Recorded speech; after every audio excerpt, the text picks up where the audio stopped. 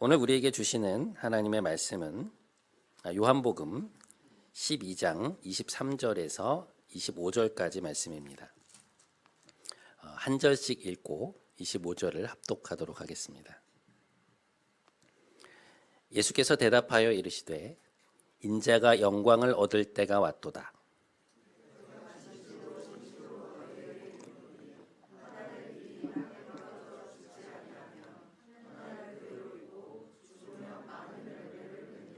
함께 자기의 생명을 사랑하는 자는 잃어버릴 것이요 이 세상에서 자기의 생명을 미워하는 자는 영생하도록 보전하리라. 아멘. 이것은 하나님의 말씀입니다.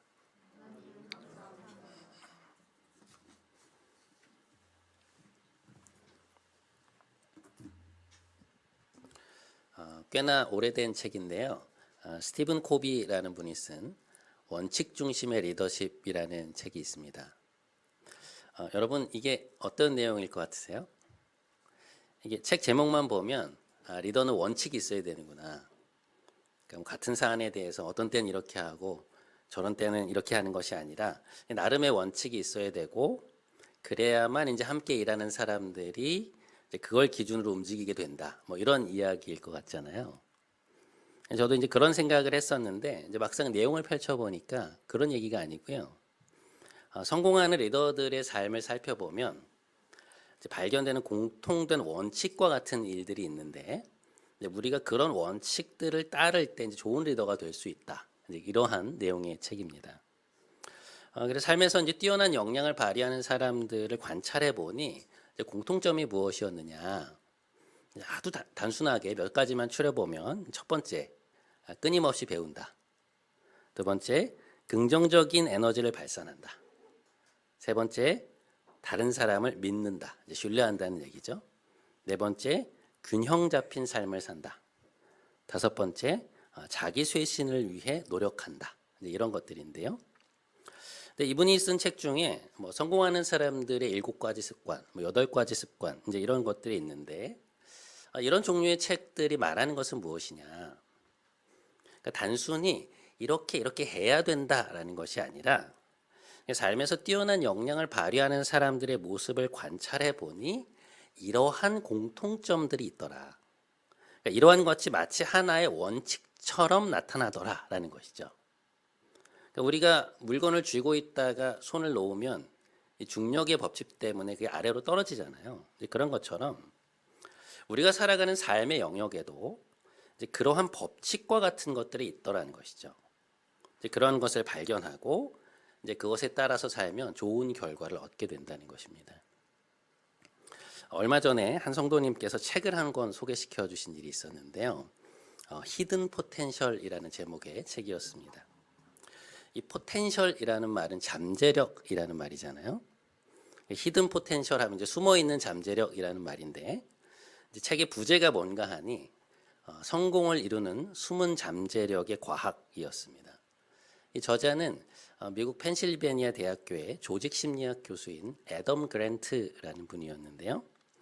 이분이 이 책에서 하고 있는 얘기가 뭔가 하면 우리는 보통 다른 사람을 평가할 때 그 사람이 이루어낸 그 최종적 결과에만 주목할 때가 많다는 것이죠. 그래서 보통은 객관적으로 가장 성취도가 높은 이들만을 이제 우러러 보게 되는데 그러다 보니 그 과정에서 아주 중요한 사실 한 가지를 놓치게 된다는 것입니다. 그게 뭐냐? 가장 적은 미천으로 가장 많은 성취를 이루어낸 사람들이 있다는 것을 간과하게 된다는 거예요. 그러니까 우리 삶에서 정말 중요한 것은 그러니까 우리가 도달한 그 봉우리의 높이가 아니라 거기에 도달하기까지 내가 얼마나 멀리 전진했느냐라는 것인데 그러니까 자기가 가지고 있는 그 한계를 뛰어넘어서 얼마나 멀리 나아갔느냐라는 것이 단순히 뭔가를 성취했는가라는 것보다 우리 인생에서 훨씬 더 중요한 부분이라는 것이죠.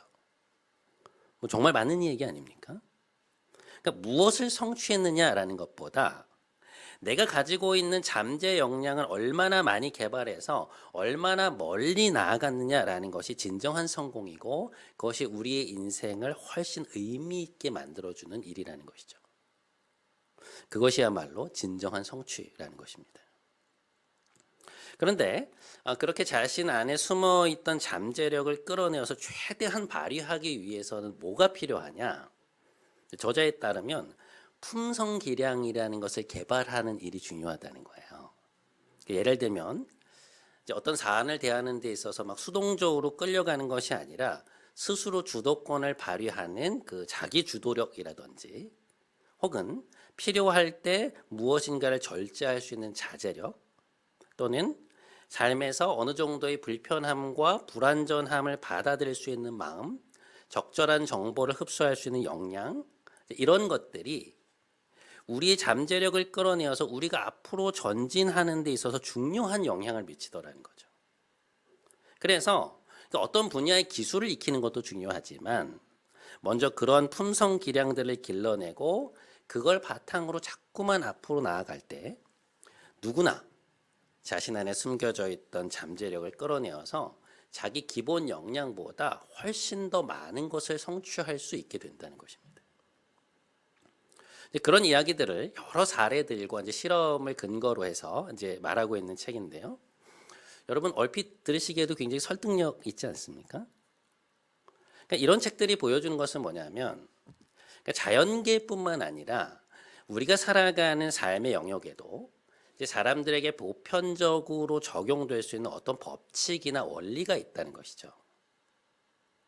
하나님이 창조의 원리로서 인간의 삶 속에 심어 놓으신 법칙들이 있다는 것입니다. 그런 것들을 이제 발견해서 보여주는 것이죠. 오늘 우리가 함께 읽은 본문의 말씀은 그런 맥락 속에서 보면 주님이 우리에게 말씀해 주시는 중요한 창조 원리와 같은 것이라고 볼 수 있습니다. 다시 말해서 우리 삶에 보편적으로 적용되는 하나의 이제 법칙과 같은 것이라는 거죠. 자, 오늘 본문 25절 말씀 한번 함께 읽어보겠습니다. 자, 시작. 자기의 생명을 사랑하는 자는 잃어버릴 것이요 미워하는 자는 영생하도록 보존하리라. 자기의 욕망을 앞세우기보다 하나님의 뜻을 우선순위에 두는 삶이야말로 자신의 생명을 이제 보존하는 길이라는 그런 말씀인데요. 근데 이것을 조금 다른 말로 표현한 구절들을 보면 이 말씀의 뜻이 더 잘 들어옵니다. 자, 마가복음 8장 34절 35절 말씀. 누구든지 나를 따라오려거든 자기를 부인하고 자기 십자가를 지고 나를 따를 것이니라. 누구든지 자기 목숨을 구원하고자 하면 잃을 것이요 누구든지 나와 복음을 위하여 자기 목숨을 잃으면 구원하리라. 여러분 이 말씀 보시니까 그 앞에 말씀이 좀 더 이해가 되시죠? 그러니까 주님보다 자기 자신을 더 사랑해서 나의 만족, 나의 유익, 나의 영광을 우선순위로 추구하면서 살게 되면 겉보기에는 일견 잘 되는 것 같아 보일 수 있지만 결국에 그것은 자기 자신을 잃어버리는 결과를 낳게 된다는 것입니다. 그런 삶의 끝에는 열매가 없다는 것이죠. 겉으로는 멀쩡해 보이지만 모래 위에 기초를 세운 집이 바람이 불고 물에 침수되면 무너질 수밖에 없는 것처럼 하나님이 아닌 자기를 위하여 모든 것을 투자하며 사는 사람은 토대가 없는 삶이라는 거죠. 반면에 하나님을 자기 삶의 우선순위에 두고 나의 욕구보다 하나님의 말씀을 기준 삼아 사는 사람은 때로 손해를 보는 것 같고 때로 그것이 자기에게 유익이 되지 않는 것 같아 보이지만 결국에 가서 보면 그 삶에 아름다운 열매들이 맺히게 된다는 것입니다. 그런 의미에서 그런 방식의 삶이야말로 자기의 생명을 보존하는 삶이라는 것이죠. 그래서 주님이 오늘 뭐라고 말씀하십니까? 자기 생명을 사랑하는 자는 잃어버릴 것이고 나를 위하여 자기 생명을 미워하는 자가 영생하도록 보존할 것이다. 이제 그렇게 말씀하시는 거죠. 우리는 이런 말씀을 들을 때마다 하나의 당위로 생각할 때가 많은데요. 너희가 이제 이렇게 해야 된다라고 하는 그런 명령으로 듣는 것이죠. 그래서 이제 주로 어떤 반응을 하게 되냐면, 그래, 내가 나를 부인하고 예수님을 따라야지. 힘들지만 그렇게 살면 은혜를 주실 거야. 뭐 이런 식의 반응을 보인다는 것입니다. 근데 여러분 오늘 말씀을 자세히 보면 주님은 이 말씀들을 하나의 명령으로서가 아니라 우리 삶에 보편적으로 적용되는 하나의 법칙으로서 제시하고 계신 걸 볼 수 있어요. 그러니까 나보다 자기를 더 사랑하는 사람은, 그래서 자신을 위해 사는 사람은 결국에는 자신을 잃어버리게 될 것이다. 그러나 자기를 부인하고 나를 따르는 사람은 오히려 진정한 자아를 발견하고 참된 구원을 맛보게 될 것이다. 이런 식으로 우리의 특정한 삶의 태도가 자연스레 어떠한 특정한 삶의 결과를 낳게 된다는 것을 말씀하고 계신다는 거죠. 그걸 어떻게 알 수 있느냐? 오늘 본문 24절을 보면 알 수 있습니다. 자, 24절 말씀 이것도 한번 함께 읽어보실까요? 자, 시작. 내가 진실로 진실로 너희에게 이르노니 한 알의 밀이 땅에 떨어져 죽지 아니하면 한 알 그대로 있고 죽으면 많은 열매를 맺느니라. 여러분 이게 무슨 말씀입니까? 씨앗을 뿌렸는데 씨앗이 발화되지 않고 원래의 모양을 그대로 유지하고 있으면 어떻게 된다는 거예요? 곡식이 자랄 수 없다는 것이죠. 생명이 시작될 수 없다는 것입니다. 그러니까 씨앗을 땅에 뿌렸을 때 그것이 발화하여 껍질을 깨고 뿌리가 나고 떡잎과 줄기가 나오면서 모양이 변해야만 성장이 시작되고 자라서 많은 열매를 맺는 밀이 될 수 있다는 것이죠. 씨앗이 죽지 않고 처음 모양 그대로를 간직하고 있다면 그것은 우리가 먹는 곡식으로 자랄 수 없다는 것입니다. 그것이 자연의 법칙이고 생명의 법칙이라는 거예요. 여러분, 부모의 희생 없이 자녀가 잘 자랄 수 있습니까? 아직 말도 못하고 스스로 무언가를 할 수도 없는 갓난 아기를 두고 부모가 자고 싶을 때 다 자고 쉬고 싶은 거 다 쉬고 만나고 싶은 사람 다 만날 수 있습니까? 그건 불가능하죠. 학교에서도 선생님의 희생 없이 학생들이 그 학년에서 배워야 할 학습 과정들을 잘 마치고 친구와의 관계를 비롯한 학교 생활을 제대로 할 수 있나요? 담임 선생님이 반이 어떻게 돌아가는지, 학생들 사이에 갈등은 없는지, 적응을 못하는 친구는 없는지 아무 신경도 쓰지 않고 자기 시간과 에너지를 희생하지 않는데 그 반이 제대로 돌아갈 수 있습니까? 그건 불가능하죠. 그런 의미에서 오늘 주님은 하나님이 창조하신 인간의 삶에서 아주 중요한 법칙을 한 가지 우리에게 말씀해 주신 것입니다. 씨앗이 자기의 몸을 깨뜨리고 죽어야만 생명이 탄생하고 열매를 맺을 수 있는 것처럼 우리 역시 그런 방식으로 살아야만 우리의 삶에 열매가 맺힌다는 거죠. 그런 의미에서 예수님의 십자가 죽음은 우리를 위한 특별한 사건인 것은 맞지만 이 하나님의 창조 원리라는 커다란 틀에서 볼 때 우리를 살리기 위해 반드시 필요한 일이었다는 것입니다. 생명을 살리기 위한, 생명을 낳기 위한 희생은 어찌 보면 꼭 필요한 일이라는 것이죠. 그래서 여러분, 우리가 우리 자신을 부인하고 십자가를 지고 주님을 따라야 한다는 말씀은 단순히 우리가 지켜야 하는 어떤 명령이 아니라 우리의 삶에서 또 다른 생명을 피워내고 진정한 열매를 거두기 위해서 반드시 따라야만 하는 삶의 법칙이라는 거예요. 그렇게 살아야만 우리 삶에 그러한 결과가 나타난다는 것이죠. 영적인 삶에 있어서도 요행은 없다는 것입니다. 여러분, 우리는 모두 열매 맺는 삶을 살기 원하죠. 우리가 지나간 자리에 아무것도 남지 않은 허무한 자리가 아니라 무엇인가 의미 있는 것을 남기고 싶어 합니다. 그것이 가정이든 직장이든 교회든 인간관계에서든 우리가 머문 곳에서 아름다운 열매를 보기 원하는 것이죠. 그런데 그 열매는 하나님을 우리 삶의 중심에 놓고 그 말씀을 기준으로 때론 우리의 본성을 거스르고 때론 인내하며 때론 희생하며 그리스도를 위하여 또 다른 사람들을 위하여 우리가 우리 자신을 절제하고 죽는 방식으로 살 때 비로소 우리 삶에 열리게 된다는 거예요. 그것이야말로 하나님이 인간을 창조하실 때 우리의 삶에 심어 놓으신 창조의 법칙이라는 것입니다. 그 법칙을 이해하고 따르게 될 때 우리가 있는 곳에서 생명의 풍성함을 진정으로 맛보게 된다는 것이죠. 그러니까 무작정 최선을 다한다고 되는 것이 아니라 우리의 삶에도 아름다운 열매를 맺는 방법이 있다는 것입니다.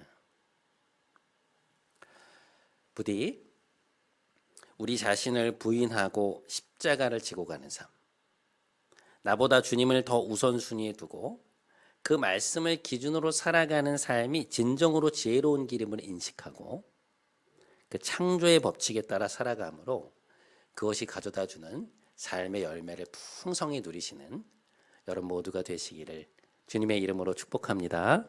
네. 자, 오늘 우리가 본문 속에서 또 한 가지 주목하게 되는 것은 방금 이야기를 나눈 그런 방식의 삶을 정의하시는 예수님의 표현입니다. 주님은 오늘 본문에서 자신이 걸어가시려는 그 십자가의 길에 대해서 영광이라는 표현을 사용하고 계시는데요. 자, 오늘 본문 23절 말씀.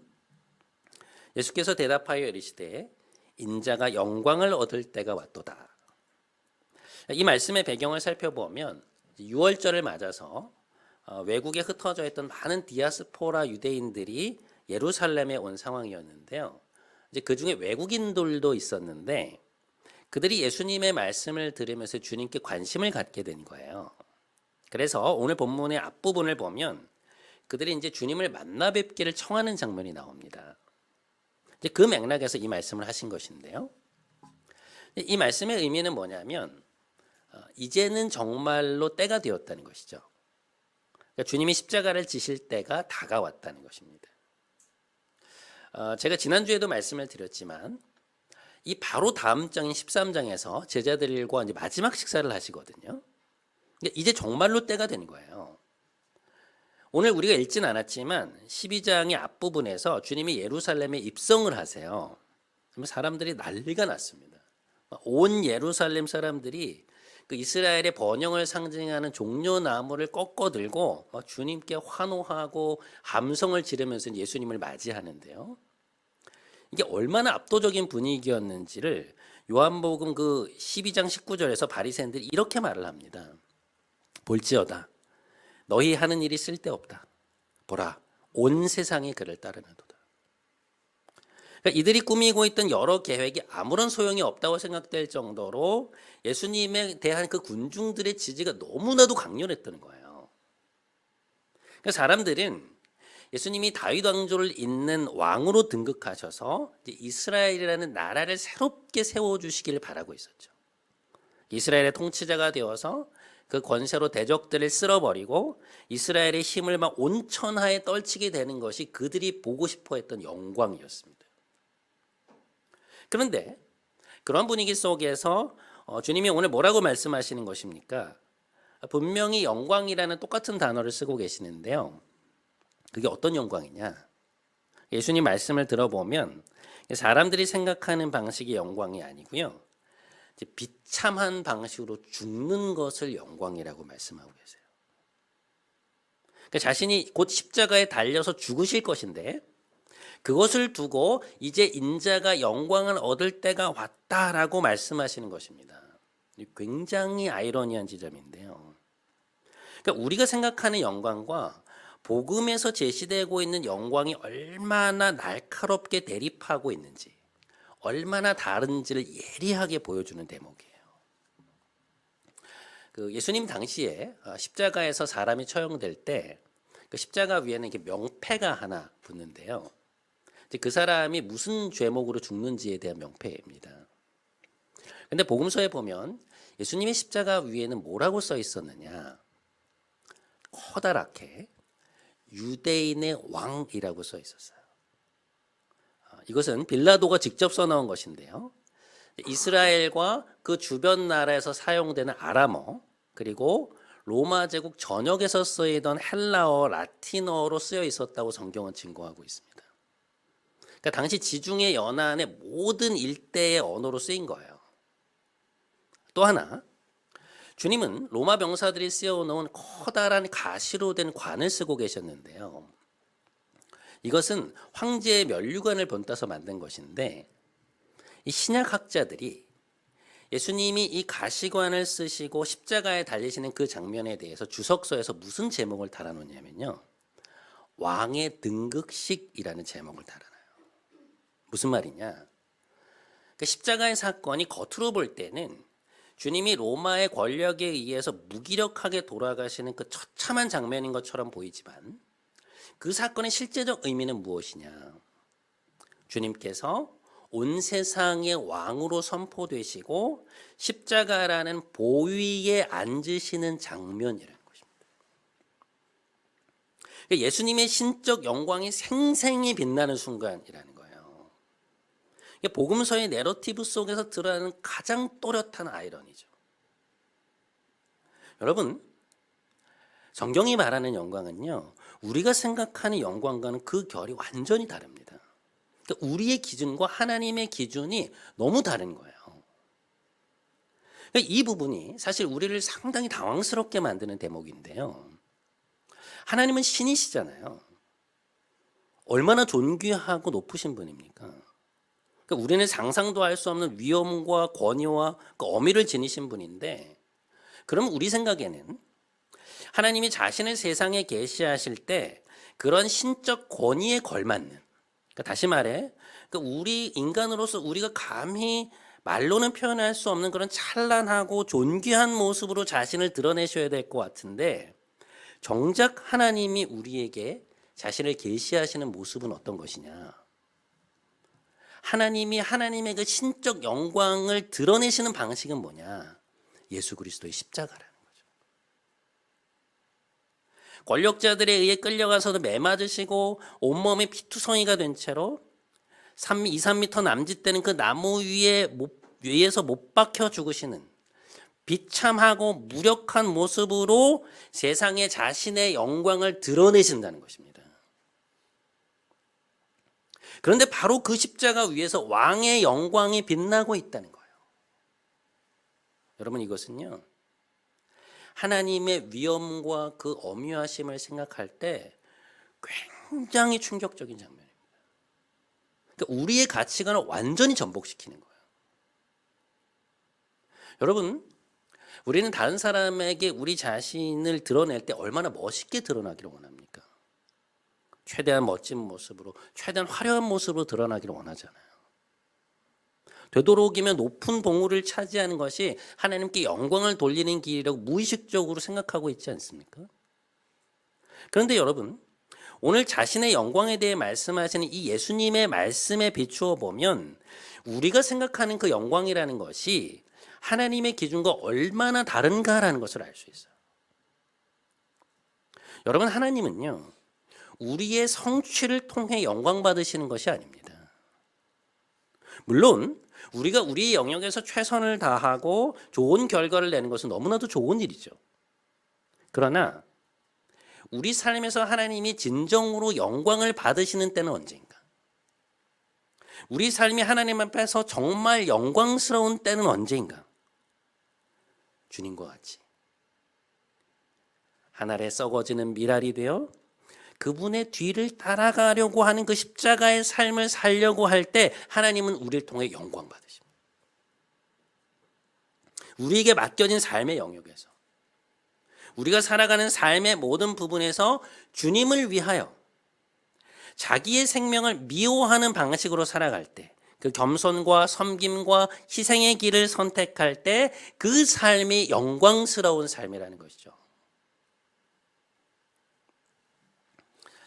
이번 학기에 매주 월요일 오전마다 목회자들과 이사야서를 함께 연구하고 공부하는 시간을 가졌습니다. 저에게는 꽤나 유익하고 좀 좋은 시간이었는데요. 이사야서는 신약에서 가장 많이 인용되는 구약 성경인데 여기에는 일명 종의 노래라고 이름이 붙여진 본문들이 있습니다. 우리가 볼 때 예수님에 대한 예언들로 여겨지는 본문인데요. 우리에게 잘 알려진 이사야 53장에 보면 고난받는 종의 노래가 나옵니다. 이사야 53장 2절과 3절 말씀. 그는 주 앞에서 자라나기를 연한 순 같고 마른 땅에서 나온 뿌리 같아서 고운 모양도 없고 풍채도 없은즉 우리가 보기에 흠모할 만한 아름다운 것이 없도다.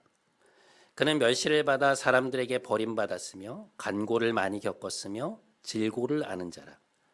마치 사람들이 그에게서 얼굴을 가리는 것 같이 멸시를 당하였고 우리도 그를 귀히 여기지 아니하였도다. 이사야를 전공하신 한 교수님이 이 부분에 대한 설명을 하시면서 가뭄으로 인해서 아주 메말라 있는 그런 갈라진 땅 사이로 이렇게 올라온 풀을 한번 생각해 보라는 거예요. 여러분 그게 얼마나 볼품이 없겠어요. 그렇잖아요. 뭐 색깔도 바래져 있을 것이고 겉보기에도 뭐 당연히 보기 예쁜 것이 아니겠죠. 그런데 이 종의 노래가 말하고 있는 것이 뭐냐면 우리에게 오실 메시아의 모습이 그런 모습이라는 거예요. 하나님이 택하신 종, 하나님이 기뻐하셔서 세상에 보내실 종의 모습은 바로 그러한 볼품없는 모습이라는 것이죠. 우리의 눈으로 볼 때는 너무나 초라해서 사람들에게 아무런 주목도 받지 못하고 오히려 멸시를 받는 모습이라는 것입니다. 그런데 그런 모습을 통해 하나님은 자기의 일을 하신다는 거예요. 그러면서 이 교수님이 하셨던 말씀이 뭐냐면 자신이 이 말씀을 묵상하면서 이런 생각이 들었다는 거예요. 나는 예수님이 오셔도 못 알아보겠구나. 지금 이 시대에 예수님이 메시아로 오신다면, 그리고 지금 이 시대에 하나님이 정말로 임하여 계신 곳을 나는 알아보지 못하겠구나. 그런 생각이 들었다는 거예요. 그러니까 우리의 평가 기준과 하나님의 기준이 너무나도 다르기 때문에 우리가 과연 메시아의 영광을 알아볼 수 있겠냐는 것이죠. 그러니까 지금 이 시대에 하나님의 영광이 진정으로 드러나는 곳, 하나님이 기뻐하시고 하나님이 함께 하시는 사람들을 우리가 제대로 볼 수 있겠냐는 것입니다. 제가 그 이야기를 듣는데 굉장히 많은 생각을 하게 되더라고요. 제가 2주년 기념 예배 때도 잠시 말씀을 드린 바 있는데요. 여러분 우리는 보통 큰 교회를 선호하죠. 겉보기에 아름다운 건물을 가지고 있고 여러 악기들의 소리와 웅장한 찬양을 들을 때 그런 것에 끌릴 때가 많지 않습니까? 반면에 한국 교회의 한 70% 이상을 차지하는 100명 미만의 교회들, 50명 미만의 교회들, 교회를 세운 지 10년이 지나도 채 20명이 넘지 않는 그런 우리나라 전역에 흩어져 있는 그러한 많은 교회들의 모습은 그렇다면 과연 무엇일까? 우리 눈으로 보기에 보잘것없고 볼품없어 보이고 아무런 희망도 보이지 않는 것 같은 그런 교회들이 즐비해 있는 이러한 현실 속에서 과연 하나님의 영광은 어떻게 드러나고 있는 것일까? 하나님은 과연 어디에서 누구를 통해 또 어떤 사람들을 통해 지금 자신을 세상에 자신의 영광을 드러내고 계시는 것일까? 오늘 본문의 말씀을 대하면서 우리는 하나님이 어떤 모습으로 자신의 영광을 세상에 드러내고 계시는가를 좀 곰곰이 생각해 볼 필요가 있습니다. 그것은 우리 자신에 대해서도 마찬가지죠. 여러분 오늘 말씀에 보면 주님이 이런 말씀을 하세요. 자, 28절 말씀. 아버지여, 아버지의 이름을 영광스럽게 하옵소서 하시니 이에 하늘에서 소리가 나서 이르되 내가 이미 영광스럽게 하였고 또다시 영광스럽게 하리라 하시니. 자, 오늘 본문에 보면 예수님은 자신이 십자가의 길로 걸어가는 것이 아버지를 영광스럽게 하는 길이라고 말씀하십니다. 그러자 성부 하나님 뭐라고 말씀하십니까? 내가 이미 영광스럽게 하였고 또다시 영광을 받을 것이다. 내가 이미 너의 삶을 통해 영광을 받았고 너의 십자가 죽음을 통해 또다시 영광 받을 것이다. 그렇게 말씀하시는 거거든요. 여러분 예수님의 삶을 돌아보면 주님이 세상적으로 무슨 화려한 모습을 갖고 계셨나요? 예수님은 예루살렘에서 멀리 떨어진 갈릴리의 나사렛이라고 하는 작은 동네에서 사셨죠. 목수의 일을 하셨습니다. 주님이 아마 당대 유명한 랍비의 제자였다면, 예수님이 그 예루살렘의 유력한 집안의 자제였다면 그토록 많은 저항을 받지 않으셨을 수도 있어요. 사람들은 훨씬 더 쉽게 메시지를 받아들였을 것이고 주님은 십자가에 달리시지 않았을 수도 있습니다. 그러나 이 땅에서 주님이 영광을 드러내신 방식은 우리가 생각하는 그런 방식이 아니었다는 것이죠. 예수님의 영광은요, 우리가 생각하는 세상적 명예, 화려함, 성공에 있지 않았고요. 십자가를 향하여 걸어가시고 십자가에 못 박혀 피 흘리시는 그 삶에서 빛나는 것이었습니다. 하나님이심에도 우리를 위해 자신을 내어주시는 그 사랑과 겸손의 모습에서, 그 섬김의 모습에서 주님은 자신의 영광을 드러내셨고 성부 하나님은 영광을 받으셨습니다. 사랑하는 여러분, 우리의 삶에서, 그리스도인의 삶에서 영광이란 무엇일까요? 하나님은 과연 우리의 어떤 모습 속에서 영광을 받으시며 과연 어떤 삶이 진정으로 영광스러운 삶인가? 과연 어떤 삶이 하나님이 정말 기뻐하시며 귀히 여기시는 삶일까? 이번 한 주 무엇이 우리의 삶을 영광스럽게 하는가? 지금 우리의 현실 속에서, 지금 나의 자리에서 어떻게 살아가는 것이 하나님께 영광이 되는 삶인가를 깊이 묵상하심으로 세상의 길이 아닌 그리스도의 길을 택하여 걸어가시는 여러분 모두가 되시기를 주님의 이름으로 간절히 축원드립니다.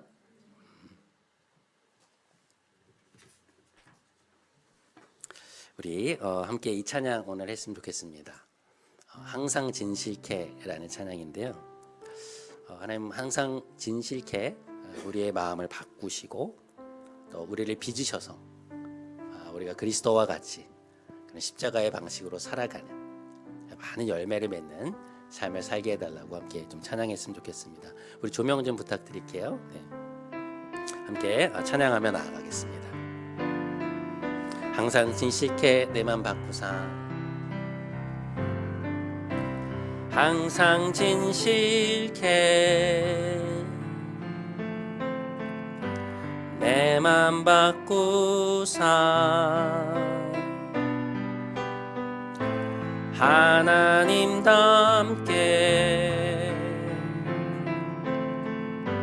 하여 주소. 항상 진실케 내 맘 바꾸사,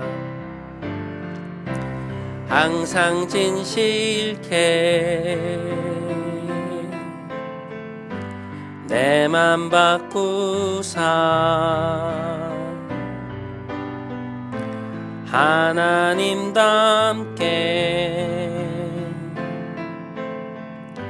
하여 주소서. 주는 토기장이, 주는 토기장이 나는 진흙, 날 빚으소서 기도하오니. 항상 진실케, 항상 진실케 내 맘 바꾸사, 하나님답게 하여 주소서.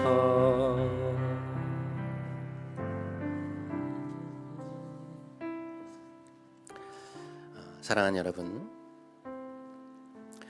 과연 어떤 삶이 진정 영광스러운 삶이며 또 우리의 어떤 모습이 하나님께 영광을 돌리는 모습일까요?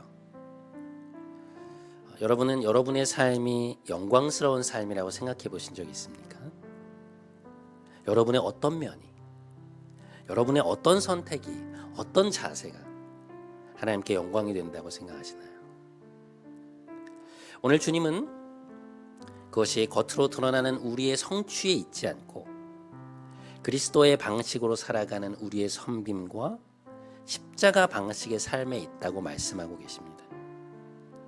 우리의 삶의 영역에서 그 길을 쫓아 살아갈 때 하나님은 영광 받으시고 우리를 통해 자신의 영광을 세상에 드러내실 것입니다. 이 시간에 오늘은 한 가지만 놓고 함께 기도했으면 좋겠습니다. 하나님, 우리에게 하나님의 영광을 보여주옵소서. 십자가에서 빛나는 주님의 영광을 보게 하시고 우리 자신을 바라보는, 또 우리의 삶을 바라보는 우리의 관점이 달라지게 하여 주옵소서. 우리 이 기도 제목 가지고 한 가지만 놓고 함께 기도하시겠습니다. 함께 기도하시겠습니다. 하나님 아버지, 오늘 우리에게 말씀을 허락하여 주셔서 감사합니다.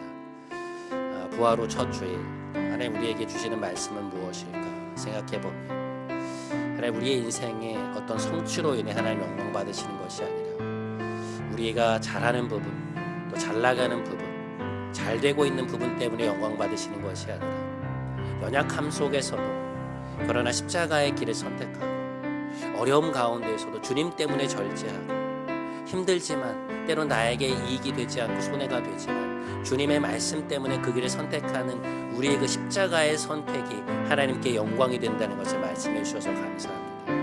하나님, 우리의 눈으로 보기에는 보잘것없어 보여도, 우리의 눈으로 보기에는 크지 않아 보여도, 화려하지 않아도, 그러나 예수 그리스도의 십자가를 통해서 하나님께서 하나님의 영광을 드러내신 것처럼, 이 땅에 하나님의 영광을 생생히 빛나게 하신 것처럼, 하나님 우리의 삶에서도 우리가 우리 자신을 보는 관점이 달라지게 하시고, 우리의 인생을 보는 관점이 달라지게 하시고, 우리 자녀들의 삶을 바라보는 관점이 달라질 수 있도록 주님 인도하여 주시옵소서. 무엇이 우리에게 영광일까? 무엇이 하나님께 영광을 돌리는 삶일까? 무엇을 통해, 어떤 것을 통해 하나님은 세상에 자신의 영광을 드러내고 계시는가? 주님, 우리가 그것을 볼 수 있도록 우리의 눈이 열리게 하시고, 우리의 영적인 안목이 열리게 하셔서 진정으로 하나님 앞에 영광 돌리는 삶을 살아갈 수 있게 하시고, 우리가 우리 자신의 삶을 영광스러운 삶으로 인식하며 살아갈 수 있도록 주님 인도하여 주시옵소서.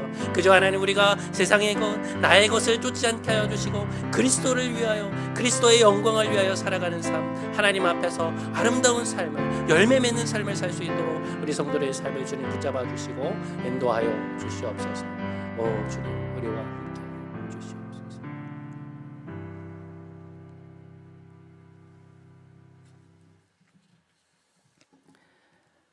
사랑이 많으신 하나님, 자기 생명을 사랑하는 자는 잃어버릴 것이고 나를 위하여 자기 생명을 미워하는 자는 영원토록 보존할 것이라고 말씀하셨습니다.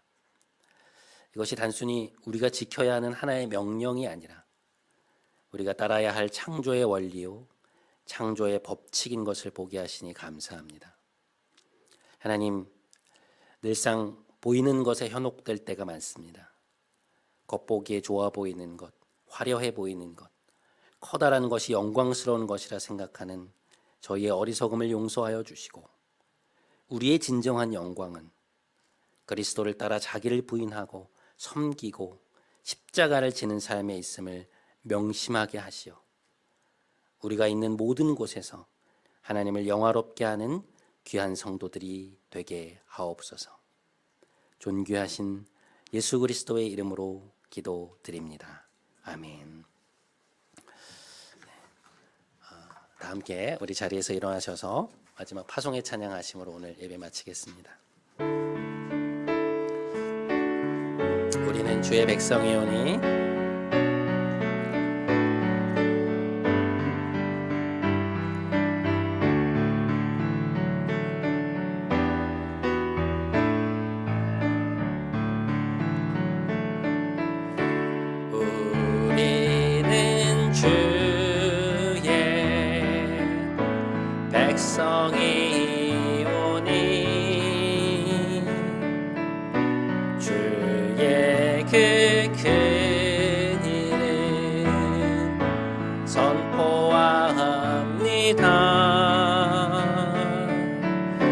이곳 어두운 세상에 빛으로 부르셨네. 주의 얼굴 구할 때 역사하소서. 교회를 세우시고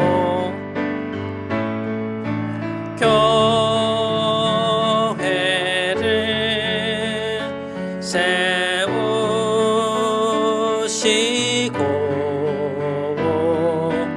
이 땅 고쳐주소서. 주님 나라 주님 나라 임하시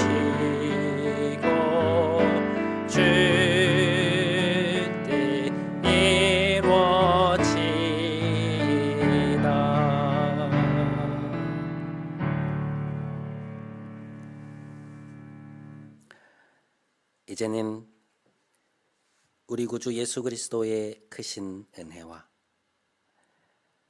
하나님 아버지의 놀라우신 사랑과 보혜사 성령님의 교통, 교제, 충만케 하심이 무엇이 우리의 영광이며 무엇이 하나님께 영광 돌리는 삶인지 바르게 알아 세상의 길이 아닌 그리스도의 길을 쫓아 살아가기로 결단하며 삶의 자리로 돌아가는 사랑하는 모든 성도들의 머리 위에와 그들의 가정, 일터, 진로, 만남, 사랑하는 자녀들을 위해 이제부터 영원토록 함께 하시기를 간절히 축원하옵나이다.